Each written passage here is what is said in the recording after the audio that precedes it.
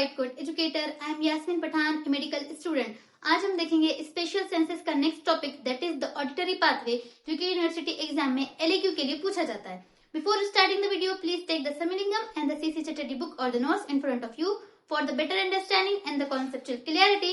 Let's start the video. Auditory pathway क्या है? तो it is a fibers passing through the vestibulocochlear nerve known as a auditory nerve. Auditory pathway में क्या होता है, जो फाइबर्स इन्वॉल्व होते हैं वो फाइबर्स किसके होते हैं? तो होते हैं हमारे वेस्टिबुलोकोक्युलर नर्व, ठीक है, जो कि सेवेंथ वाली नर्व है हमारी, जिसी को हम क्या बोलते हैं, ऑडिटरी नर्व भी बोलते हैं। वो रिस्पॉन्सिबल होती है हमारी ऑडिटरी पाथवे के लिए।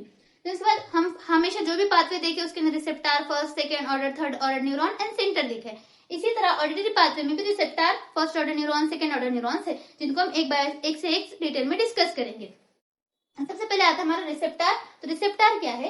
Hair cell in organ of Corti is the receptor for the auditory pathway. हमारे जो हेयर सेल्स है जो कहाँ पर सिचुएटेड होते हैं? ऑर्गन ऑफ कॉर्टी में, वो होते हैं हमारे रिसेप्टर्स।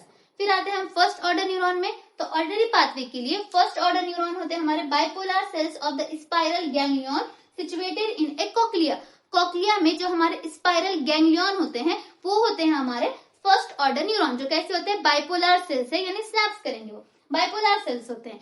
बाइपोलर, इसमें ना दो टाइप्स के फाइबर्स होते हैं, एक होते हैं हमारे एफेरेंट नर्व फाइबर्स और सेकंड होते हैं हमारे इफेरेंट नर्व फाइबर्स। जो कि हमारे एफेरेंट नर्व फाइबर है वो डेंड्राइट ऑफ द, उसके जो बाइपोलर सेल्स था उसके डेंड्राइट बनाते हैं हमारे एफेरेंट नर्व फाइबर्स। और इफेरेंट नर्व फाइबर्स कौन बनाता है? तो superior olivary nucleus. Superior olivary nucleus क्या बनाता है हमारा? Efferent nerve fibres of the first order neuron.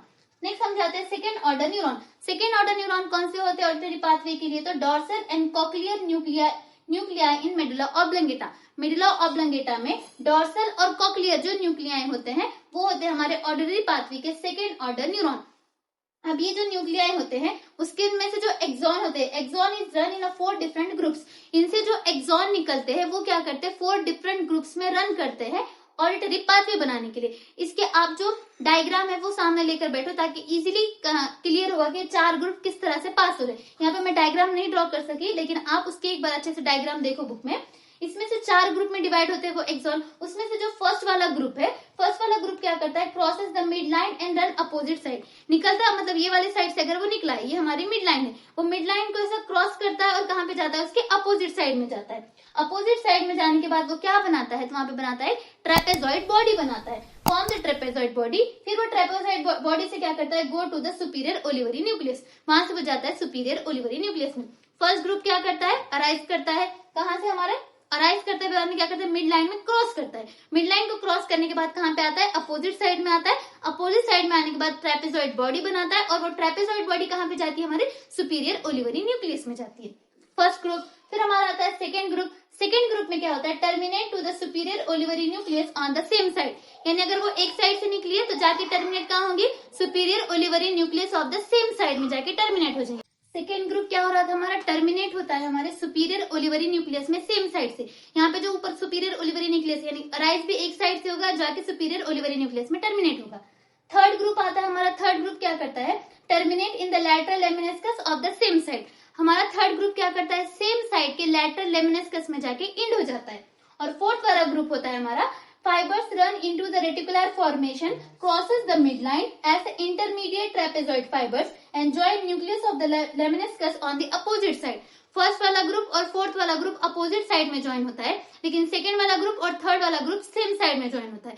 Second वाला सुपीरियर में और थर्ड वाला लैटरल लेमिनिस्कस में। और फोर्थ वाला क्या करता है? सबसे पहले रेटिकुलर फॉर्मेशन बनाता है, उसके बाद मिड लाइन क्रॉस करता है, crosses the mid line as an internal trapezoid body. Mid line को क्रॉस करके इंटरनल ट्रेपेजॉइड बॉडी बनाता है। वो ट्रेपेजॉइड बॉडी बनाने के बाद वो क्या करता है? ज्वाइन करता है न्यूक्लियस ऑफ लैटरल लेमिनिस्कस को ऑन द अपोजिट साइड। ये क्या था? Second order. Third order neuron हमने देखे थे कि सेकेंड ऑर्डर न्यूरॉन में क्या कर रहे थे? सब जाके कहाँ पे टर्मिनेट हो रहे थे? लैटरल लेमिनिस्कस में और हमारा सुपीरियर ओलिवरी न्यूक्लियस में। तो वही फॉर्म करेगा हमारा थर्ड ऑर्डर न्यूरॉन। तो third order neuron is superior olivary nucleus and the nucleus of lateral lemniscus.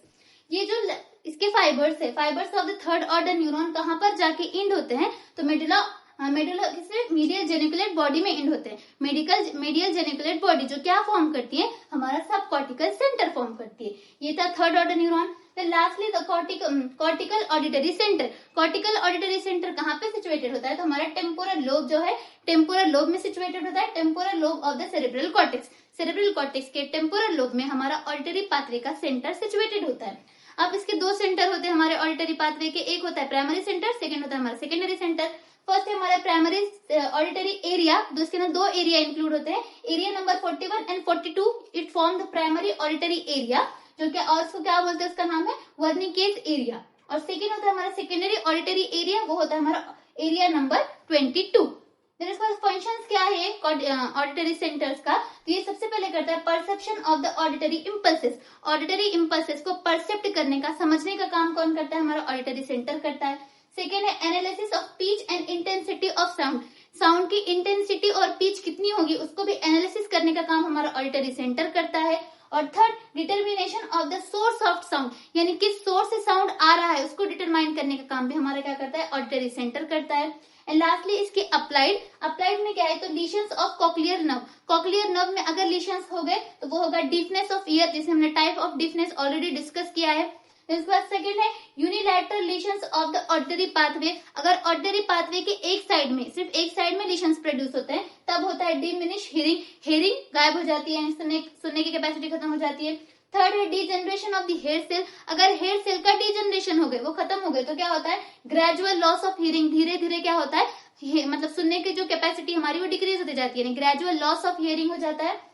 And fourth one lesions in the superior olivary nucleus. अगर सुपीरियर ओलिवरी न्यूक्लियस में lesions होते हैं तब क्या होता है? Poor localization of the sound. Sound का एकदम पुअर लोकलाइजेशन होता है. ये था पूरा auditory pathway. I hope so concept आपको क्लियर होंगे. For the notes of this topic please join our Telegram channel. If you like this video, like share and subscribe to my channel white coat education.